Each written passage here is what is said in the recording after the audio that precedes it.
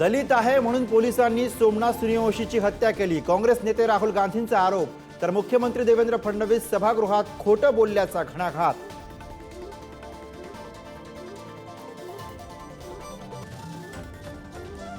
राहुल गांधी केवळ राजकीय हेतूने आल्याची मुख्यमंत्री फडणवीसांची टीका. राहुल गांधी जाती जातीमध्ये द्वेष निर्माण करत असल्याचाही आरोप.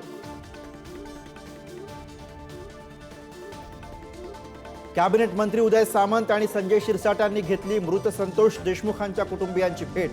आरोपी कुणाच्याही जवळचा असला तरी कारवाई करणार असल्याचं आश्वासन. नाराज छगन भुजबळ आणि मुख्यमंत्री देवेंद्र फडणवीसांमध्ये सागर बंगल्यावर पाऊण तास खलबत. देवेंद्र फडणवीसांकडून भुजबळांना सबुरीचा सल्ला. इयत्ता 5वी आणि 8वीच्या वार्षिक परीक्षेमध्ये नापास झाल्यास पास केलं जाणार नाही.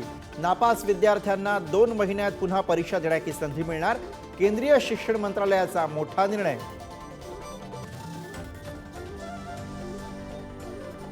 पूजा खेडकरचा अटकपूर्व जामीन अर्ज दिल्ली हायकोर्टानं फेटाळला. पूजाकडून केवळ UPSC नाही तर संपूर्ण समाजाची फसवणूक, कोर्टाची टिप्पणी. पुण्यात मध्यरात्री भरधाव डंपरनं फुटपाथवरती झोपलेल्या 9 जणांना चिरडलं. अपघातामध्ये 3 जणांचा जागीच मृत्यू तर 6 जण गंभीर जखमी. पुढच्या महिन्यापासून कोल्हापूरच्या काळंबावाडी धरणाची दुरुस्ती सुरू होणार.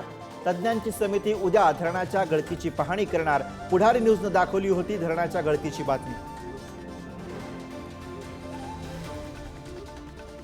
राज्यात बुधवारपासून 4 दिवस पावसाची शक्यता. धुळे, नंदुरबार आणि नाशिकमध्ये पावसाचा इशारा.